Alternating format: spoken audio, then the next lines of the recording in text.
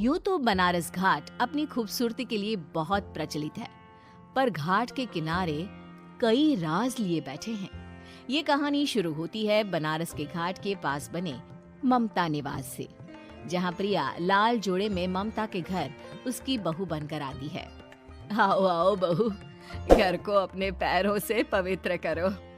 ममता घर की दहलीज पार कर ही रही होती है कि अचानक एक बहुत गंदी सी बास पूरे घर में फैल जाती है।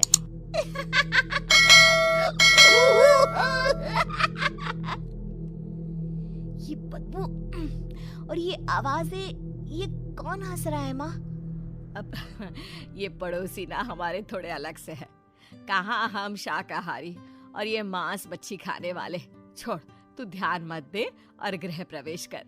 और हाँ बहू, अपनी सास की एक बात हमेशा याद रखना, इन पड़ोसियों से तो कभी बात नहीं करेगी। अच्छे लोग नहीं है ये। अपनी सास की ये बात मानेगी ना बेटा? हाँ माँ, जो आपकी मर्जी, मैं उनसे बात नहीं करूंगी। अगले दिन प्रिया अपनी पहली रसोई बनाने रसोई घर में जाती है। ये छोकी बात तो नाक में जा रही है। एक काम करती हूँ, खिड़की खोल देती हूँ। प्रिया खिड़की खोलने जाती है। इतने जाने, लगता है इस खिड़की को कभी खोला ही नहीं गया, पर ऐसा क्यों? ओह, नॉन वेज की स्मेल आती होगी ना। 2 मिनट के लिए खोल लेती हूँ, फिर बंद कर दूंगी। प्रिया खिड़की खोलती है। खिड़की खोलते ही उसकी नजर सामने वाले घर की खिड़की पर पड़ती है, जहाँ एक लड़की खड़ी होती है, हाथों में मेहंदी, लाल रंग की साड़ी, बिल्कुल सजी धजी, मानो प्रिया की तरह ही वो भी नई नवेली बहू हो। वो प्रिया को देखकर मुस्कुराती है। हे भगवान, माँ ने तो इनसे बात करने को मना किया था। प्रिया फौरन ही खिड़की बंद कर देती है और तवे पर चढ़े रोटी की ओर देखने लगती है, पर वहाँ रोटी न होकर मछली पड़ी होती है। ये क्या? पहली ही रसोई में इतनी बड़ी गलती! हे भगवान, अब मैं क्या करूं? प्रिया बहुत डर जाती है और फौरन रसोई की सफाई करने और फिर सभी के लिए खाना बनाने लग जाती है। जब वो सबको खाना परोसती है, सब तो ठीक है, मैं बेकार में चिंता कर रही थी। हे भगवान, ऐसे ही बस अपनी कृपा बनाए रखना। रात के वक्त जब सब सो रहे होते हैं, तब प्रिया को पायल की आवाज सुनाई देती है, जिससे उसकी आंख खुल जाती है। ये पायल की आवाज कहाँ से आ रही है? प्रिया उठकर उस आवाज के पीछे छत की सीढ़ियों तक जाती है। तभी उसे बच्चे के रोने की आवाज आती है। प्रिया छत पर जाती है तो क्या देखती है? वही लाल साड़ी वाली लड़की अपनी गोद में एक नवजात बच्चे को घुमा घुमा कर सुला रही है। तभी प्रिया की नजर उसके पेट पर पड़ती है। ओह गॉड, ये तो प्रेग्नेंट भी है। सुनिए, बच्चा सो नहीं रहा है क्या? मैं कुछ मदद करूं? नहीं नहीं, आपके घर वालों को अच्छा नहीं लगेगा, मैं संभाल लूंगी। स्नेहा की गोद से बच्चा हाथ मारकर प्रिया की गोद में आने को छटपटाने लगता है। दोनों घर अगल बगल में बने होने के कारण प्रिया उस बच्चे को गोद में ले लेती है। प्रिया के पास आते ही वो सो जाता है। बच्चे का वो स्पर्श रात भर प्रिया भूल नहीं पाती और अगली सुबह वो छत पर कपड़े सुखा रही होती है। तभी उसे एक औरत इशारा करके बुलाती है। स्नेहा कह रही थी बाबू तुम्हारी गोद में आते ही सो गया। मैं गौरी, स्नेहा की माँ हूँ। बहू, घर आना, बाबू को खिला भी लेना।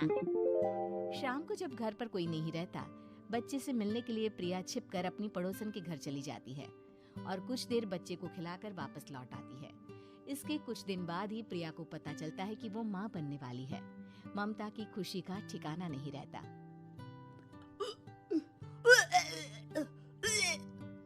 माँ जी, पता नहीं क्यों उल्टी आ रही है। प्रिया भागती हुई वॉशरूम में जाती है तो हरे और लाल रंग की उल्टी करती है। उस उल्टी में से कीड़े निकलते हैं।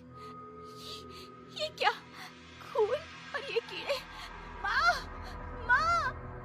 प्रिया की आवाज सुनकर ममता दौड़ कर आती है, पर बेसिन में कुछ नहीं होता। प्रिया हक्की बक्की रह जाती है। ये सब क्या हो रहा है? प्रिया घबरा जाती है और अपने कमरे में जाकर सो जाती है। डर के कारण वो इतनी थक जाती है कि उसकी आंख लग जाती है। तब उसे ऐसा लगता है उसके पेट पर मानो कोई बैठा हुआ हो। कौन हो?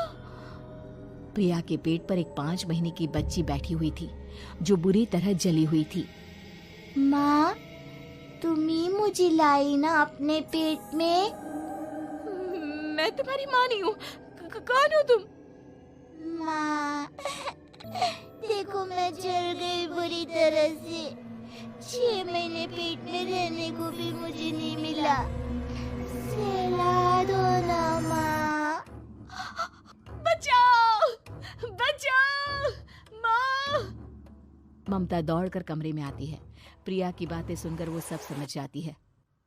तू कहीं बगल वाले घर में तो नहीं जाकर आई ना बहू? मुझे माफ कर दो, मैं गई थी माँ। उस घर में सब मरे हुए हैं बहू। कई साल पहले स्नेहा उस घर में बहू बनकर आई थी। कुछ ही दिन में वो एक बच्चे को जन्म देने वाली थी। पूरा घर बच्चे के आने की खुशी में खोया था कि एक दिन अचानक उस घर में आग लग गई। सब बुरी तरह जलकर मर गए। गौरी आज भी दादी बनने का इंतजार कर रही है और इसीलिए स्नेहा ने अपना अजन्मा बच्चा तुम्हारी कोख में डाल दिया। ममता ये कह रही होती है कि पीछे से उसके पैरों को एक बच्चा पकड़ लेता है। दादी, दादी। माँ, स्नेहा की गोद में यही बच्चा था। ये बच्चा कौन है फिर? तेरी मौत है। तेरी भी दादी। जिस चीज का ममता को डर था वही हो गया। ममता